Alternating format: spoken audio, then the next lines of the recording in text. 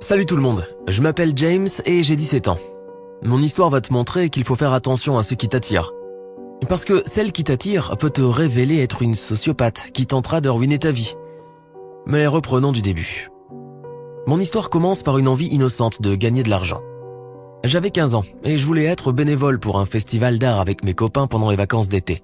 J'avais vraiment besoin d'une voiture parce que le festival était à l'autre bout du pays. J'ai cherché un travail mais personne ne voulait m'embaucher, à l'exception d'un magasin de produits de beauté dans un centre commercial.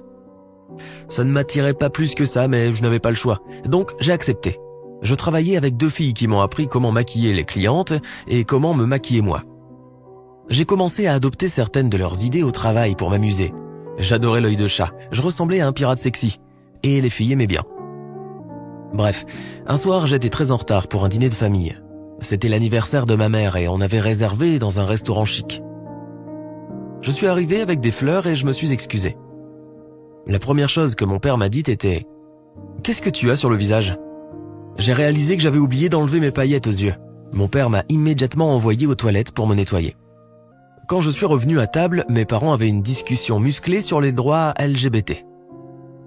Ma mère voulait que mon père soit plus respectueux et mon père a répliqué qu'ils savaient bien tous les deux pourquoi ils se disputaient là-dessus. J'étais surpris et perdu. Ce moment gênant a été interrompu par un message. Quelqu'un a envoyé un message d'anniversaire à ma mère et mon père a dit « Quand on parle du loup, eh bien la voilà ». C'était la goutte d'eau. Ma mère est devenue sérieuse et elle a dit à mon père qu'elle voulait divorcer. Puis elle m'a pris dans ses bras, m'a embrassé et elle a quitté la table. J'ai demandé à mon père de m'expliquer ce qu'il venait de se passer. En fait, ma mère voyait notre voisine Sarah en secret depuis des années et mon père venait de le découvrir. Je n'en croyais pas mes oreilles. Je pensais que si un des deux devait tromper l'autre, ce serait mon père parce qu'il attirait beaucoup de femmes. Mais ma mère, avec Sarah. Les serveurs ont amené un gâteau d'anniversaire et ont chanté une chanson à ma mère qui n'était déjà plus là et j'ai commencé à pleurer tellement cette nouvelle m'avait chamboulé. Ils avaient l'air un peu gênés. Ma mère n'a pas dormi à la maison ce soir-là. Elle est arrivée le lendemain matin et m'a fait mes pancakes préférés. Et elle m'a raconté sa version de l'histoire. Elle était tombée amoureuse de Sarah il y a bien longtemps, mais elle avait décidé de rester avec mon père pour ne pas me faire de mal. Elle m'a proposé de vivre avec 2 mères. Je ne pouvais pas lui en vouloir alors j'ai accepté. Au moins, je ne pouvais plus dire que j'avais des parents banals. Ils ont vite divorcé et j'ai emménagé chez Sarah avec ma mère. Elles se sont mariées 3 mois après la catastrophe de son anniversaire. Mais pour moi, la meilleure des nouvelles était que Lisa, la fille de Sarah de 19 ans, serait aussi au mariage. Elle avait été virée de sa fac et elle était revenue à la maison. Je l'avais toujours bien aimée quand j'étais petit et j'étais super content de vivre avec elle dans la maison. J'ai aidé les filles à se maquiller, mes mains ont commencé à trembler quand c'était au tour de Lisa. Elle était confiante, charmeuse et elle me draguait un peu, comme d'habitude. Le mariage était très émouvant. Je n'avais jamais vu ma mère si heureuse. Même mon père est venu féliciter les mariés, malgré une petite moue en passant devant ma mère. Depuis ce jour-là, je suis tombé follement amoureux de Lisa. Je pense qu'elle m'aime bien aussi, mais elle a des façons étranges de le montrer. J'étais si naïf. Au début, elle me demandait de faire de petites tâches comme aller faire des courses, faire la vaisselle, l'aider à monter une vidéo. Mais ça s'est peu à peu transformé en réel esclavage. Je devais nettoyer sa chambre, laver ses vêtements, la maquiller pour ses séances photos et ses soirées. Je n'en avais jamais parlé à nos mères.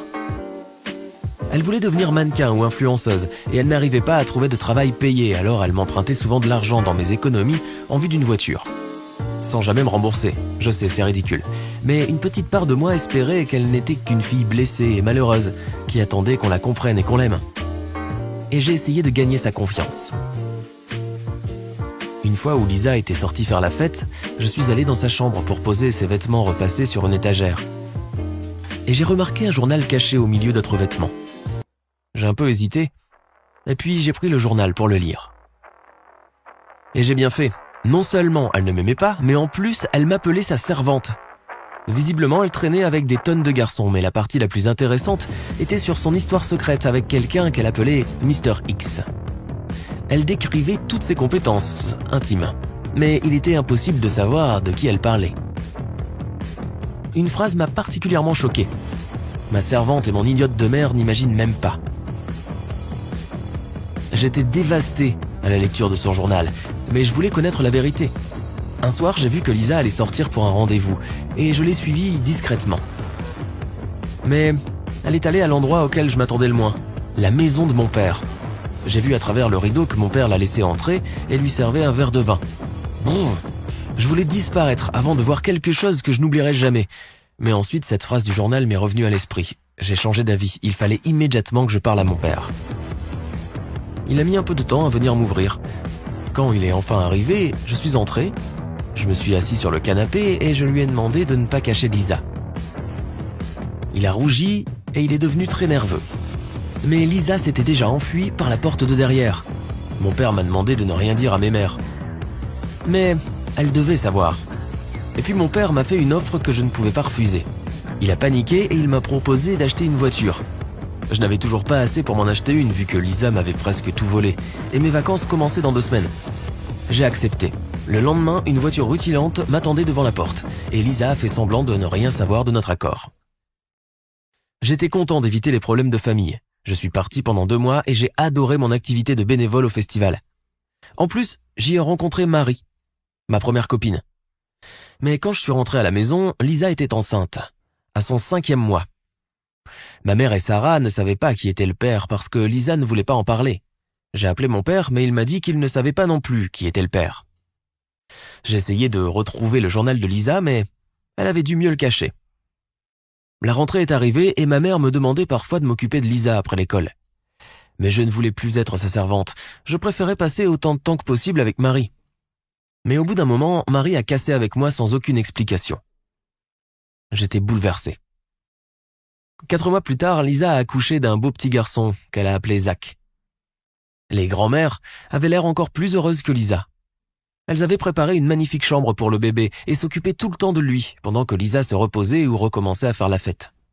Quand Zach a eu 4 mois, Lisa a annoncé qu'elle avait un nouveau copain. Il l'avait aidé à trouver un travail à Hollywood et elle allait déménager. Avec ce nouveau job, Lisa n'aurait plus le temps pour le bébé, alors Sarah et ma mère ont accepté de s'occuper de Zach jusqu'à ce que Lisa soit indépendante. En décembre, on a fêté l'anniversaire de Zach et Noël ensemble. Lisa est venue le voir pour la première fois depuis son déménagement. En plus, elle n'avait jamais envoyé d'argent pour lui car Los Angeles était une ville trop chère. Pendant le dîner, nos mères ont reproché à Lisa de ne pas faire assez attention à Zach. Mais Lisa est restée calme et confiante comme d'habitude. Elle leur a dit de demander au père de Zach de les aider et elle m'a montré du doigt. Oui, cette sociopathe mentait et disait que j'étais le vrai père de Zach. Et que c'était pour ça qu'elle n'avait rien dit. Je n'arrivais pas à croire que j'étais tombé amoureux d'elle. Bien sûr, nos mères en ont fait tout un drame. Je n'ai rien trouvé de mieux que de quitter la table et de partir de cette maison.